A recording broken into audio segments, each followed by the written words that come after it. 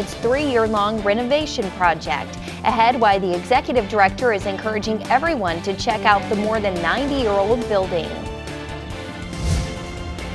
All right, another morning with some frost, around 28 to 36 for low temperatures, but we've warmed up today to 63 to 68. But we've got showers ahead. Well, the timing of those showers, where they are right now, next. You're watching News 18 at 6. News from where you live. Good evening, I'm Jeff Smith. And I'm Marley Thomas. Thanks for joining us. In continuing coverage tonight, Purdue's Day of Giving set a new fundraising record on Wednesday. The College of Pharmacy raised the most money as a department for the second year in a row. News 18's Vinny Martirano is live outside the Dalk Alumni Center with what the College of Pharmacy plans to do with tens of millions of dollars in donations. Vinny? Yeah, Jeff, the Purdue Day of Giving brought in over $110 million to the university. The College of Pharmacy raised over 20% of those funds. Purdue Day of Giving set all-time numbers, surpassing last year's record by $40 million. It's amazing how many gifts sort of come in just because it's Day of Giving and people start thinking about what they and their family want to leave to Purdue. This year, the Jeannie and Jim Chaney College of Pharmacy raised $23 million, the most by any department at Purdue.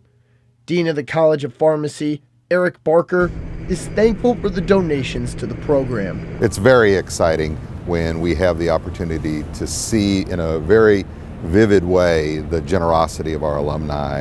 The College of Pharmacy makes up 20% of the total amount received. One of those donors made one of the largest splashes in university history. Very large, very generous gift, $17 million from Jeannie and Jim Chaney to support scholarships, one of the largest scholarship gifts in Purdue's history. Barker says the program has big plans they will use the money towards. One is continuing to be the most affordable top 10 pharmacy program in the country. Scholarships help us do that. We are getting ready to hopefully in the next several days make some announcements about a new clinical education building to support pharmacy and nursing. College of Pharmacy was given almost 600 gifts in the 24-hour span. And Barker told me that the College of Pharmacy takes Day of Giving very seriously, and they've already started planning for next year's event.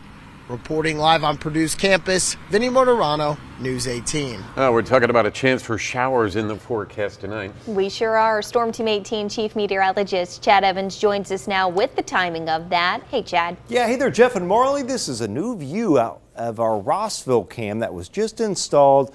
We're looking west here. You can see the high clouds around starting to thicken up a little bit as the showers get ever closer. Temperatures running generally low to mid 60s.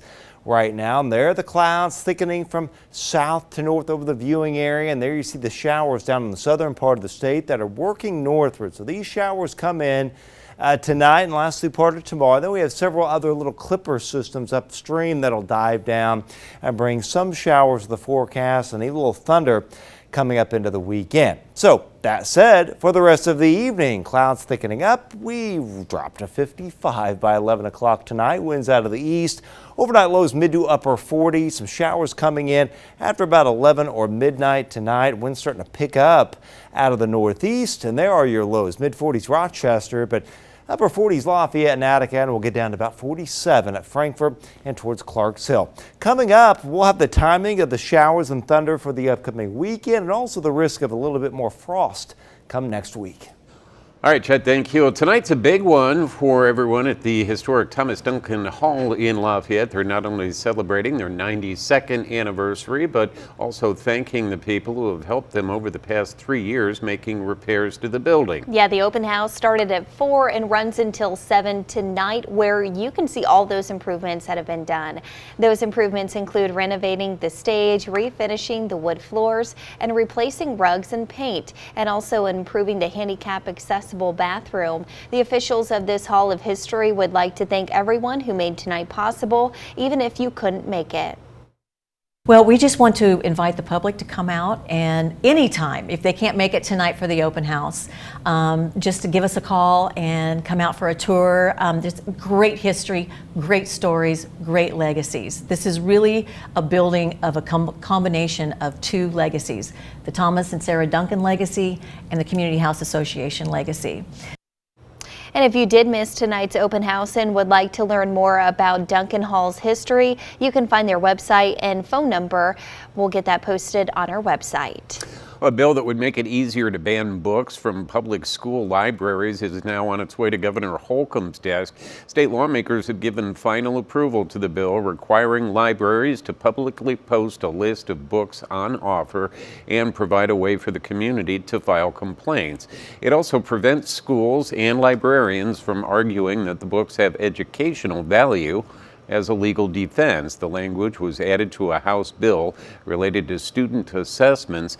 It got quick approval from both chambers today. Special education staffers at a school in Brownsburg are facing charges tonight. Yeah, police say a student was forced to eat his own vomit there. Jenny Driesler takes a look. I honestly don't want to believe that that happened. That's just cruel.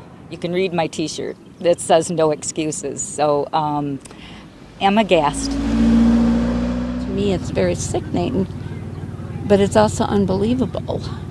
It's just totally unbelievable. Shock and devastation after news of what Brownsburg police say happened inside the lunchroom at Brown Elementary School in February quickly made its way around town Wednesday afternoon. Staffers told a 7-year-old special education student to eat his own vomit with a spoon as other staffers watched. That feels like they're taking advantage of thinking maybe that the kid doesn't have the capacity to tell on them or something. I don't know. That's just absolutely inhumane. While many were disgusted by the news, a Brown Elementary special education substitute teacher I spoke to says the allegations are hard to comprehend. It does not match up to what I've seen. The teachers that I know, their whole heart and soul is into these kids. Either way, those I spoke to are hopeful the staffers will be held accountable, and this never happens again. I hope they're absolutely stripped of any chance to work with children anymore, ever, and should definitely serve some jail time for cruelty. I just hope that the student and their parents are okay. Again, that was Jenny Driesler reporting. The Brownsville Community School Corporation released a statement saying, in part, this horrendous action is not in line with the character of staff and teachers at Brownsburg schools. The shocking actions of a few does not define the care and concern that Brownsburg teachers and staff show every day. End quote. The school board will address the termination of staffers at their monthly business meeting in May. Traditional cameras are appearing in more places, not to mention with smartphones and with those cameras. With all these modern ways to record and take pictures, personal security and privacy are increasingly at risk. Cameras are now appearing in devices that aren't as obvious, leaving cybersecurity experts concerned. Devices like the GPS units of rental cars, cameras and glasses, toaster ovens with cameras, and also air conditioning units with them as well. Director of Cybersecurity Risk Management Master's Program, Apu Kapadia from Indiana University, expressed concern but gives tips on how to protect your privacy from third parties. Stop and think about what these cameras are able to look at. What if malware was controlling some of these cameras or had access to the footage from those cameras, could turn them on when you're not aware? I practice quite a bit of self-discipline with cameras. So for example, if I set my phone down in my bedroom, I'll typically cover it with my wallet or some object that's close by. Kapadia reminds people of the stories where devices became infected with malware to turn on those cameras when you don't even know. He said everyone needs to carefully consider what might happen if somebody gains access to those cameras. Well, a new study shows the impact of COVID-19 on Americans' willingness to take volunteer roles. Coming up, how much the numbers have dropped over the past 3 years. And the Biden administration is preparing for a potential surge of migrants at the southern border within weeks. After the break, what the Homeland Security Secretary says about that situation, that's coming up next.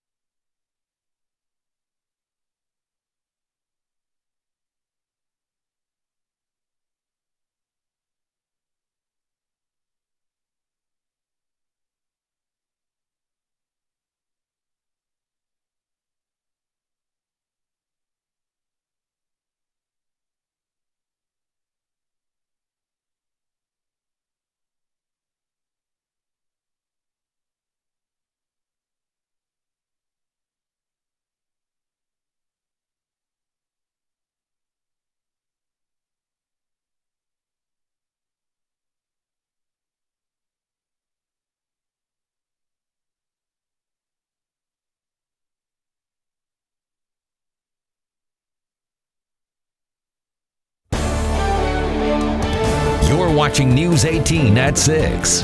News from where you live. Welcome back. Well, a recent study shows how the pandemic has really impacted community service. The U.S. Census Bureau and AmeriCorps survey on American volunteerism did show that 23% of Americans still volunteered with organizations during the course of the pandemic. However, 30% of Americans used to volunteer instead of just that 23%. Over the course of the pandemic, 7 percentage points were lost, along with some service provider and political representation. Indiana University's Associate Professor Matthew Baggetta says people are more likely to volunteer if they have financial stability and the time to do it. There's also a role for organizations, so people are more likely to volunteer and to stick with it for longer if they're participating in situations that are meaningful for them, that are connected to broader campaigns or goals that an organization is pursuing, and if they're working together with other people as they do that kind of stuff. Baggetta concluded by saying that treating volunteers like true members of the organization, not just plug-in labor, is the key for organizations to attract more volunteers and more members too. The Biden administration is preparing for a migrant surge in the coming weeks when the coronavirus public health emergency officially ends next month. It will also mean the end of Title 42, a COVID-era rule that allowed border authorities to quickly expel certain migrants. Now, a senior Customs and Border Protection official says CBP estimates several thousand migrants are waiting in the northern Mexico area to cross the border. The issue is a political vulnerability for President Biden, who officially announced his re-election campaign on Tuesday. The administration is bracing for the migrant surge, announcing it will set up regional processing centers in Latin America for migrants to apply to come to the U.S. The goal is to provide legal pathways for migrants to enter the country while imposing consequences for those who come illegally. Working with our neighbors in the region, we can and will reduce the number of migrants who reach our southern border. We have a humanitarian obligation to cut the smugglers out. The federal COVID public health emergency ends 2 weeks from today, coming up on May 11th. Well, the Equal Rights Amendment has failed to advance in the U.S. Senate. The resolution to remove the deadline for ratification of the proposed amendment to the Constitution failed in the Senate today, 51-47. Although it had 2 Republican co-sponsors, most GOP senators opposed it, arguing they don't think the amendment is needed because of the equal protections provided to women in the 14th Amendment. Supporters say the Equal Rights Amendment would ban discrimination on the basis of sex and guarantee equality for all under the Constitution.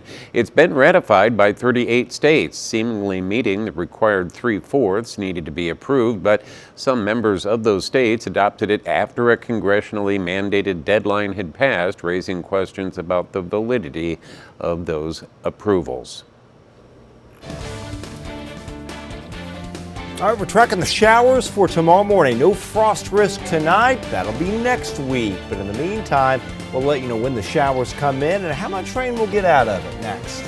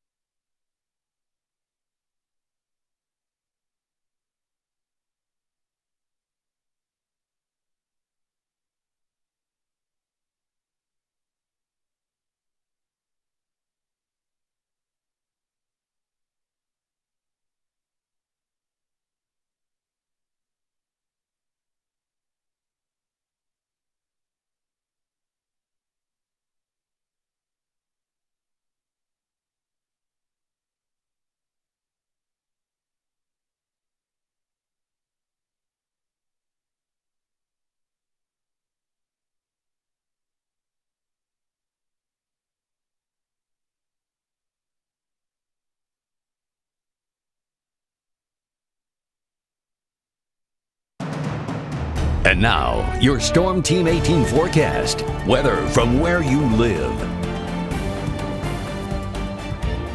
All right, we got a 61 tomorrow after a 48 during the morning. Tomorrow's going to be kind of a breezy to windy day. Showers through part of the day off and on.